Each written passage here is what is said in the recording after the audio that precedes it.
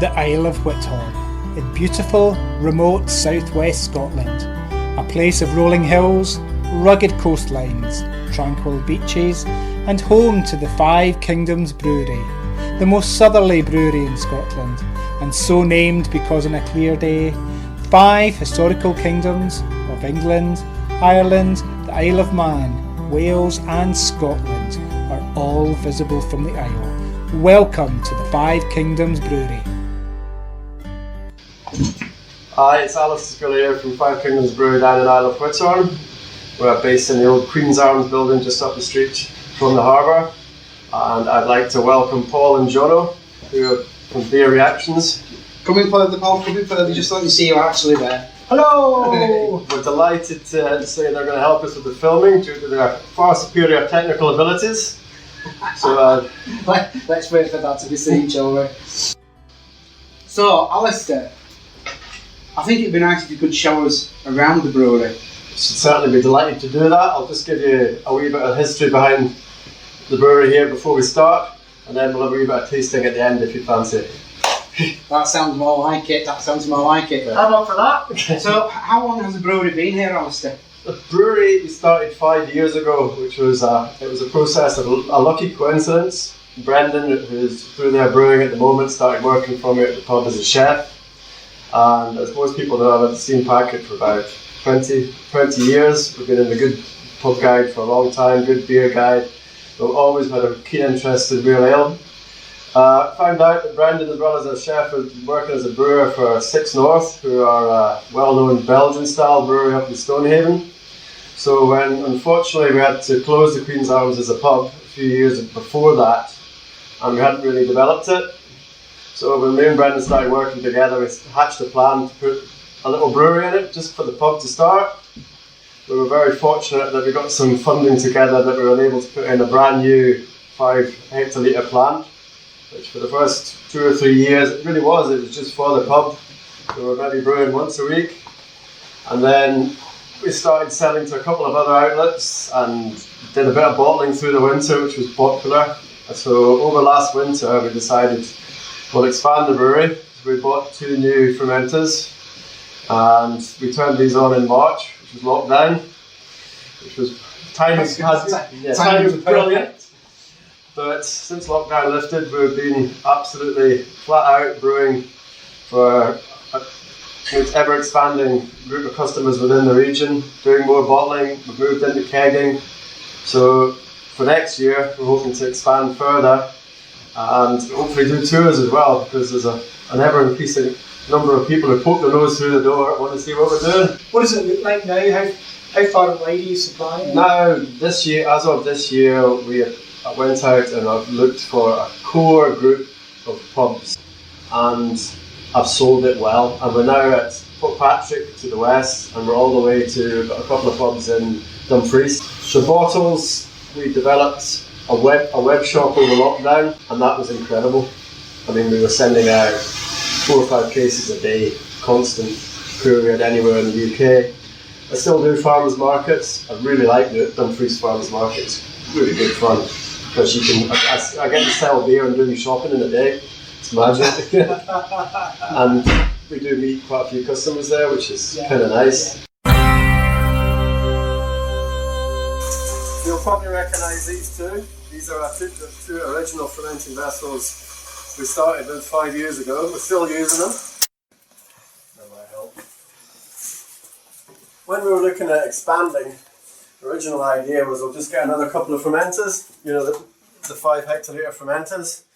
Then when I got the quote, I realised that there really wasn't much difference in cost between getting a 10 hectolitre fermenter and a 5 hectolitre fermenter. Now, these 10 hectolitre fermenters are actually twice the size of our brewery. So what we do is I'll start work at 6 o'clock in the morning and do a brew and half fill them, and then Brendon will come in afterwards and he'll fill the other half. So effectively we can be a 10 hect brewery off a 5 hect kit. There we go, guys. Welcome to Five Kingdoms.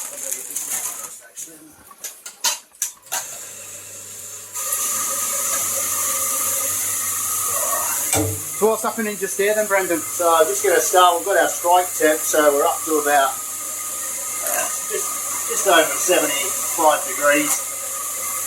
So basically we're going to start putting the malt in. Usually takes us about 15 minutes to mash it like this, doesn't it? Yeah, roughly, yeah.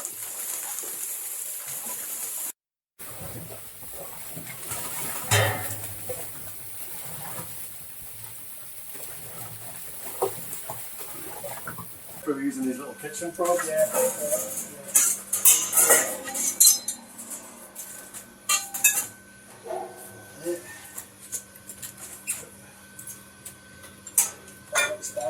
Yep.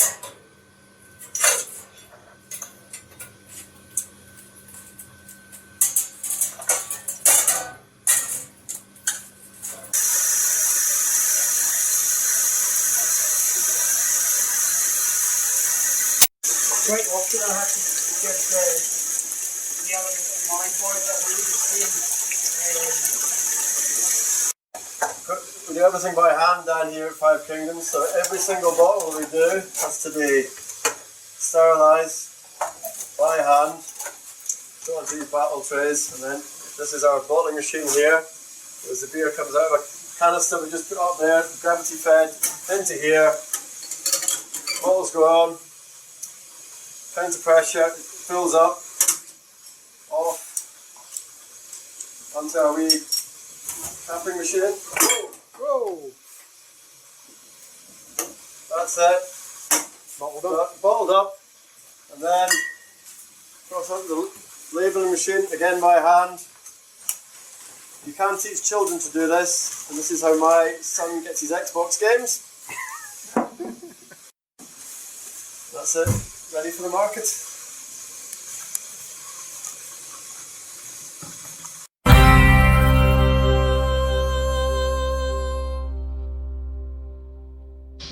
Hello and welcome to this very special edition of Beer Reactions. I'm Paul. I'm Jono, and today we are at the Five Kingdoms Brewery in the Isle of Whithorn, which is in southwest Scotland, and with us we have Alastair, and we've got head brewer Brendon. How we doing?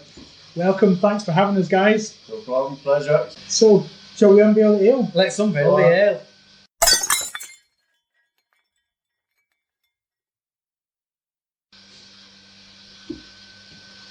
Ta-da! So what we've got here then? We've got, well, Five Kingdoms, 5 beers. Seems like a good way to start. We've got our newest beer, which is Rebus. This is a limited edition run we're doing basically to test new recipes. Summerisle, which is our most popular summer beer this year, obviously named after the Wickerman film. And then we've got McAsh, which is our take on an English bitter. It won gold at the Seaber Awards for its category. Fantastic. And then two of the stronger ones, we've got Captain Morrison's IPA that we're making today. And of course, our most popular bottled beer, particularly in lockdown, is Dark Storm Stout.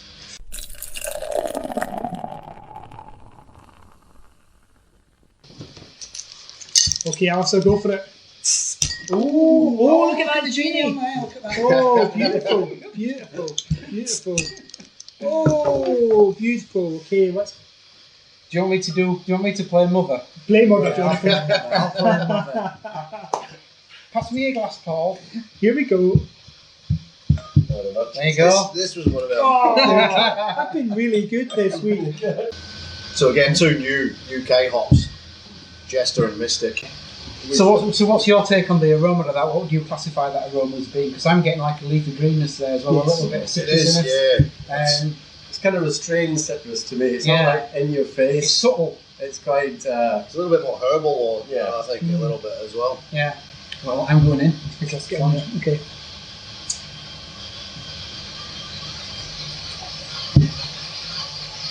Yeah, that's nice. Level of carbonation on that's fantastic. Yeah. I'm hoping it stops now. Subtle citrus. Kind of like a lager, and I guess. So what hops were in there again? Sassas, did you say? No, just Jester and Mystic. Basically, we kind of split them, and I think that's the first beer I've ever had that's had that combination of Jester and Mystic in there. It's funny that you mentioned lager with it. When we're considering doing our own Pilsner, and we're actually been thinking about using Jester in the brew because of the characteristics that have come through with this. And them being British as well. And everywhere we've sent this beer out so far in this first release, it's sold really quickly. Because it seems to be a beer that people have a pint, it just Goes down really quickly, easily. Yeah. But sometimes I think if a beer is too hop forward, you maybe have one or two and then you kind of stop a bit. And it's 4%. Yeah, it's just 4%. I like that. It's good. Yeah. Okay, what's next, Alastair? We have Summerisle. Oh, lovely little genie as well. Jonathan. Nerve-wracking. Lovely. So she's going to be quite as lively as the other one? Hopefully shouldn't be quite as light. No, I don't think not quite as lively. So Summerisle again, pale ale, ABV 4%. 4%, okay. You should get a really the good aroma aroma from hit that on is... that. My first thoughts is passion fruit. It's like a smell of that passion fruit. aroma is fantastic. So just remind us what hops you're using in there, Brendon. This is Mosaic, Simcoe, Amarillo, Sentinel, and Magnum's the bittering hop. So It's lovely that. Passion fruit and mango. Oh, that is absolutely fantastic. Yeah. There's something almost it's almost like sherbety as well, like a kind of sweetness coming through. Yeah. Again, I think that's the gravity, the final gravity that we get to. It's only 10-14 for this, isn't it? Yeah. Okay. So it leaves it. So there is still a bit of sugar left up. So it's not right down. I'm going in. Let's get in and give this a try.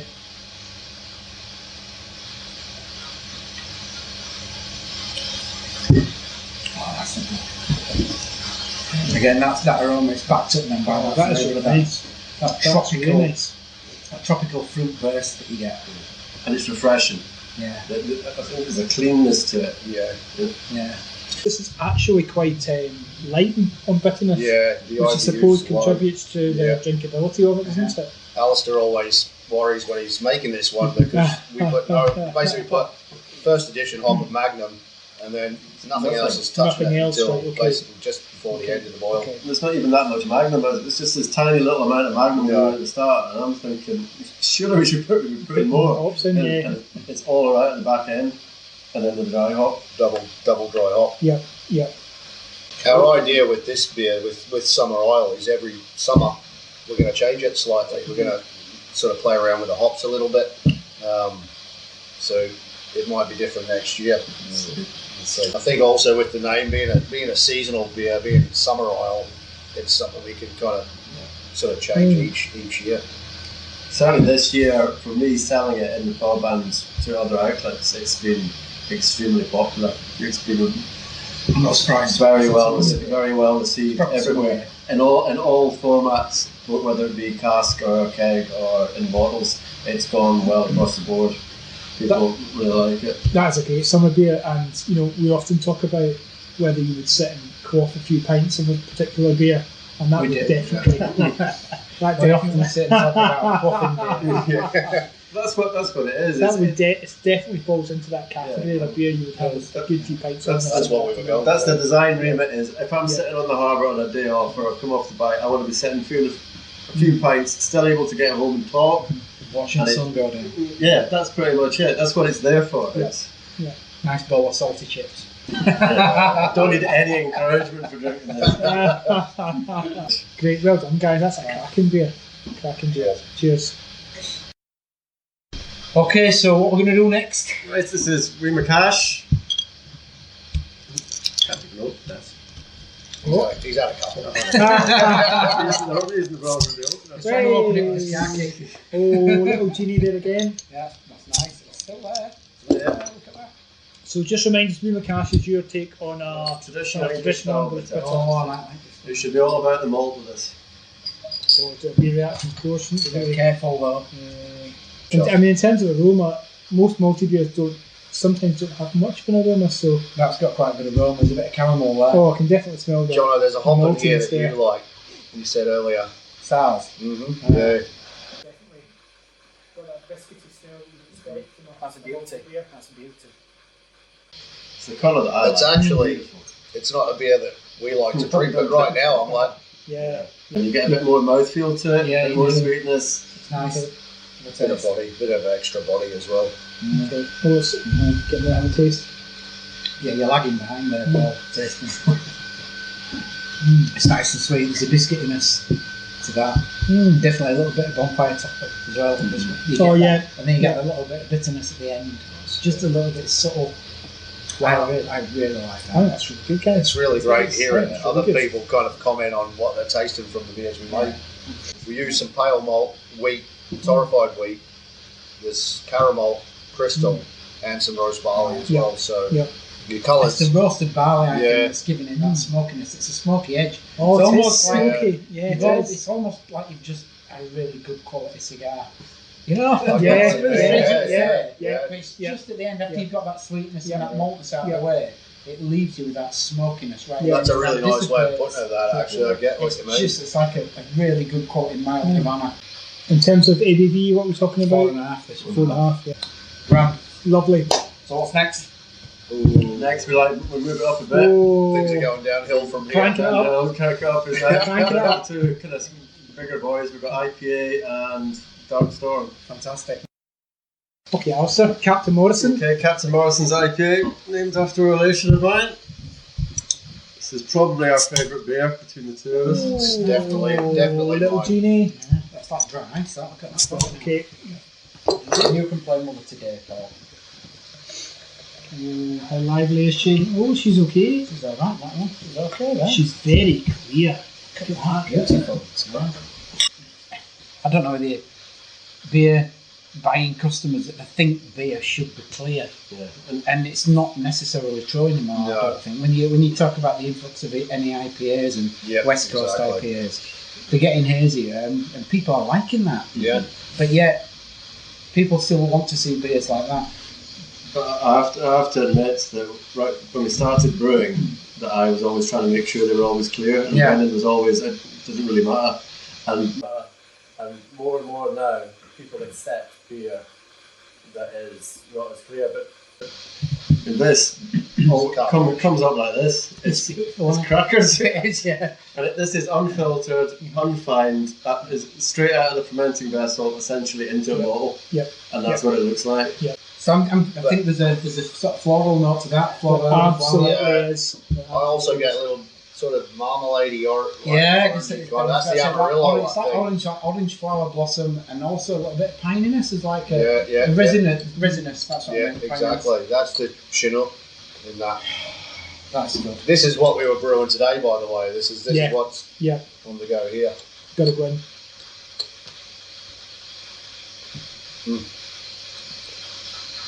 And you guys have had some out of the keg that's in there, but see, I like it a bit warmer. That temperature. That temperature's really good actually for that. Yeah, Get more flavour It's out of it, really I good. think. Really good. A little bit more residual sugar in it gives it a bit more body and a bit more sweetness. But I think it doesn't. You don't have the alcohol taste in some of the that you get in some of the higher ABV beers that you might try. Yeah. It's just a question of balance. Again, It's not particularly bitter. I mean, the bitterness is there. Well, the bitterness will come from the boil usually, wouldn't it? Yeah, Yeah, they do. The aroma. They comes do. in you dry. guys have Would seen you? today. We've just put a couple hundred grams of hops in at the boil, and we've not added any more yet. Yeah. We're nearly Yeah. done. Yeah. so it's bitter, but to me, it's not like over the top. It's not. No. It's There's a dryness to it again, but you get that citrusy note is definitely there. It comes more of a kick and then lingers back to a bitterness at the end, which is it's really refreshing. It makes you just want to drink Yeah. more of it. That's the problem. Oh, I mean the aroma. That's, the you taste. like This is, you like Amarillo. yeah, I do. I really like It Amarillo. really comes across on this. This is a It's complete. distinctive. That aroma is distinctive. This is a complete beer. This was voted beer of the festival. This was True Beer Festival. Tune Beer Festival. Last time around. Last time around. Last time around. It was no. Stout came second, It was- but you know. Yeah. And if we could add the Dark Storm actually came second as well. It just goes from strength to Strength to strength. Literally. From Yeah. strength to So, strength. so for the whole festival, you guys bagged first and second place. So we're on to the final one. Yep. right at the end, Dark Storm. I think this is likely to be my favourite. It's a lot of people's favourite. Oh, look at that genie. Look at that genie. This has been in bottle for a little while as well. Yeah, 'cause we did a Oh, massive look at that batch. genie. Look, it's Oh. that is like dry ice. Look at that. You're gonna need to tilt that glass, Jono. That this has been in bottle for a little while. It's well When's conditioned. this bottle, do you think, Brendon? It's a silver glass. No. Silver No. This looks lovely. So good. Okay, so yeah, in terms of stout, you've got that kind of almost metallic-y aroma, I think, that you... I like It's think a bit- more bit like iron a copper, coffee. bit- yeah, it's coffee. It's coffee. It's dark Roasted. chocolate. Sitting Yeah, by a fire. Definitely getting that roasted. there's still a sweetness behind. There's a dark sort of like bitter sweetness. We still Just miss it. in the aroma. I've not tasted that yet, but I'm not a stout drinker, but I do think it's a cracking stout. You like it in keg as well, don't you? In keg, drinking it a little bit colder, it's lethal. Oh, the sweetness in there is unbelievable. This is a great stout, and it's got all those great things I like about a stout. It's got that sweetness. Yeah. Um, that bitter chocolate. It's got bit of dark coffee. yeah.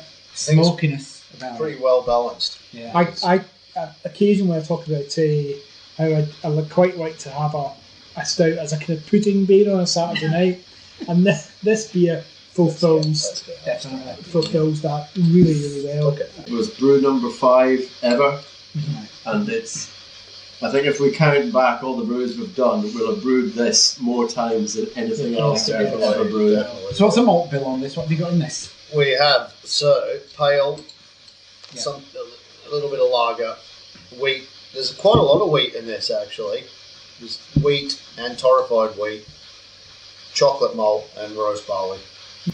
But the bitterness, I suppose it's wonderfully balanced by the sweetness of the beer, isn't it? I think so. Well, I think I've worked out. I've got 5 favourites. What would be your favourite beer out of the beers you've tried this evening? He's a McAsh man. McAsh. Oh, McAsh. Oh. Wayne McAsh. It I shows. think I'm going to have to go for Captain Morrison's. Really? Yeah, I mean, for me, this is the complete beer. Good man, Paul. Good man. Absolutely, it's the complete beer. So I think those two beers, really great examples of those particular styles of beers. I mean, let's not argue with this. They're all good. Yeah, they're all So it's difficult. Some are choosing better cheers. than others. Guys. No, we've thoroughly enjoyed that.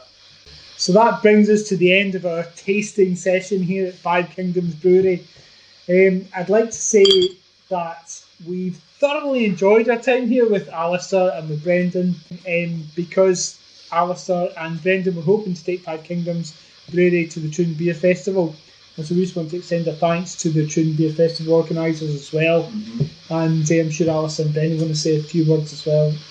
We're going to miss not going this year, basically, and we'll see you guys next year. And really thanks for all the support that the local branch has given us this year, and we'll try and develop something really interesting for you for 2021. Thanks, guys.